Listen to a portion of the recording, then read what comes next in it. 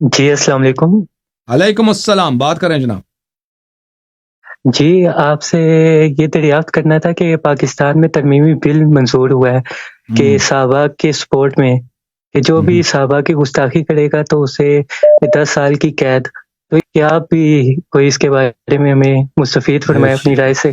شیعہ کہتا ہے نا کہ مرجعیت تمہاری وہ رکن ہے. سیستانی صاحب وہ شیعوں کی پناہ ہے. خامنئی صاحب حل مشکل کا حل کر دیتے ہیں. بھائی یہ اس کی ایک ہی وجہ ہے.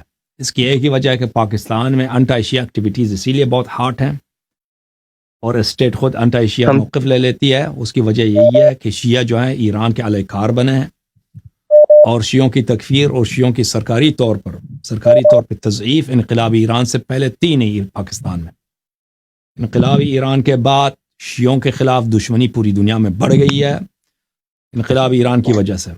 اور اس کی وجہ اور ایران اس طرح انقلاب نہیں ہے کہ شیعہ کے پروموشن کے لیے ہو. یہ وہ نہ شیعہ کو پروموٹ کرتے ہیں اور نہ شیعہ مذہب کی دفاع کرتے ہیں اور نہ خدمت کرتے ہیں ایرانی حکومت. لیکن وہ شیعہ کو ہر جگہ یوز کرتے ہیں اپنے ہیجمونی کے لیے, اپنی برتری کے لیے, کہ مختلف ملکوں میں جو شیعہ آبادی رہتے ہیں وہ ان ملکوں میں ایرانی مفادات کا اور ایرانی سیاست کا وہ اعلی کار ہوں. اور اس میں سب سے آگے آپ کے شیعہ پاکستان میں شیعہ علماء ہیں. شیعہ علماء اکثریت ان کی ایرانی سیاست کے وہ پروموٹرز ہیں, ایرانی سیاست کے وہ مبلغ ہیں, اور شیعہ کمیونٹی کو اور شیعہ آبادی کو ایرانی مفادات کے تحفظ کے لیے اور ان کے لیے زندہ باد مردباد کے نعرے لگانے کے لیے اس کے لیے یوز کرتے ہیں.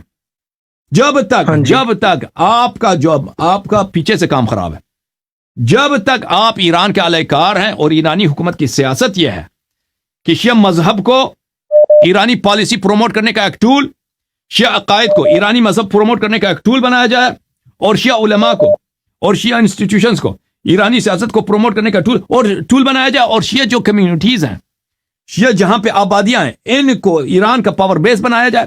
تو جب تک یہ سیاست ہے آپ ہدف ہیں, آپ کو دبایا جائے گا مختلف طرق سے, اور ایک ہی طریقہ کار ہے قانونی طریقہ کار سے کہ قانون ایسے بنایا جائے کہ آپ کے لیے سانس لینا بھی مشکل ہو. تو اس کا طریقہ کار یہی ہے کہ ایک طرف سے ہم مذمت کرتے ہیں, ایک طرف سے ہم بھرپور مذمت کرتے ہیں کہ حکومت پاکستان سینٹ جو پارلیمنٹ نے قانون پاس کیا انہوں نے غلط کیا, بلکہ مجھے تو جہاں تک مجھے پتا ہے کہ سینٹ والوں نے پڑھا بھی نہیں ہے. انہوں نے جو ووٹ, یہی میں نے سنا ہے کہ پارلیمنٹ میں سینٹ میں جن لوگوں نے ووٹ دیا ہے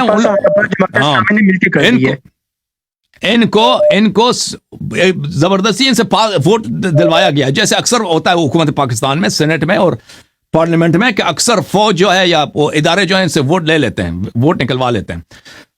تو ایک طرف سے ہم ان کی بھرپور مذمت کرتے ہیں, لیکن دوسری طرف سے میں شیعہ قوم سے کہتا ہوں, شیعہ علماء سے میرا خطاب ہے, علماء کرام سے خطاب ہے کہ آپ کیوں نہیں دیکھتے کہ آپ کے خلاف یہ جو صف آرائی ہے, آپ کے خلاف یہ دشمنی ہے پچھلے 40 سال سے, ضیاء کے شروع کے زمانے سے, یہ پہلے نہیں تھا, یہ اب ضیاء کے زمانے سے شروع ہوا ہے. یہ اس کی وجہ ہے آپ قتل ہوتے رہے, بلکہ قتل عام ہوتے رہے.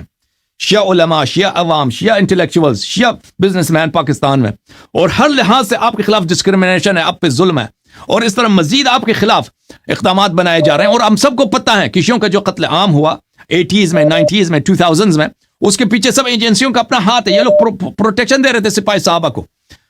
تو شیعہ علماء کا کام ہے, میرے محترم ناظرین, شیعہ عوام کا کام ہے کہ وہ پہچان لیں کہ بھائی اگر آپ کی کمیونٹی یوز ہو رہی ہے, آپ کا مذہب یوز ہو رہا ہے ایک ملک کی سیاست کو پروموٹ کرنے کے لیے, تو اس ملک کے دشمن آپ کو ہدف بنائیں گے. یہ واضح بات ہے.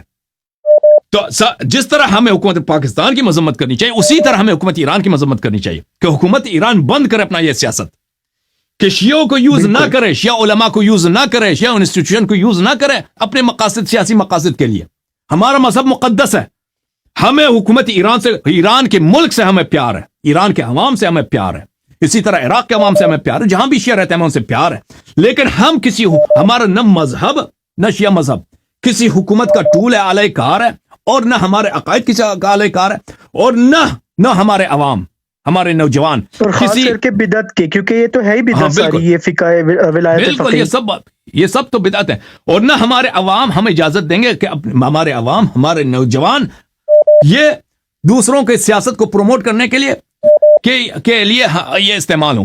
اور اگر یہ چلیں، اگر یہ بات ہوتی نا کہ ایرانی حکومت کا ایجنڈا یہ ہوتا ہے کہ شیعوں کے ہم حمایت کرتے ہیں، پھر بھی کوئی بات تھی کہ اس پچھلے 40 سال میں آپ دیکھیں آپ لوگ ذبح ہوتے رہے ایران کی وجہ سے. اگر ایرانی حکومت کی یہ سیاست ہوتی کہ ہم تشیع کی خدمت کرتے ہیں، شیعہ مذہب کی خدمت کرتے ہیں، اور جہاں پہ شیعہ ہیں ان کو ہم طاقتور بنانے کی فکر میں ہیں، ٹھیک ہے نا، اگر ان کا یہ بات ہوتی پھر بھی کوئی بات تھی. ایران تو یہ کام کرتا ہی نہیں شیعوں کے لیے. آپ ذبح ہوتے رہے، آپ کے لیے ایران نے کچھ نہیں کیا بلکہ آپ ایران کی وجہ سے ذبح ہوتے رہے. آپ سے صرف انہوں نے نعرے لگوائے ہیں، آپ لوگوں سے اپنے تصاویر آپ کے مجالس میں لگائے، اپنے جلوس جلسات میں اپنے تصاویر لگائے.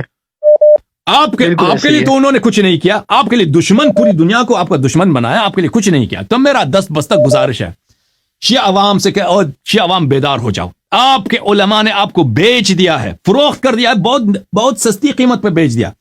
ایران کے سیاست کے لیے انہوں نے آپ کو قربان کر دیا ہے، اور مقابلے میں آپ کو کچھ نہیں ملا ہے سوائے موت کے، سوائے مظلومیت کے، اور سوائے تحقیر کے. آپ اپنے ملک میں تحقیر ہو رہے ہیں. آپ کو اپنے ہی ملک میں آپ چلے جائیں 40 سال پہلے، کیا کوئی تصور کر سکتا تھا کہ پاکستان میں ایسے بل پاس ہوں کہ مثلا آپ صحابہ کی کوئی بات نہیں کر سکتے؟ کوئی تصور ہی نہیں ہوتا.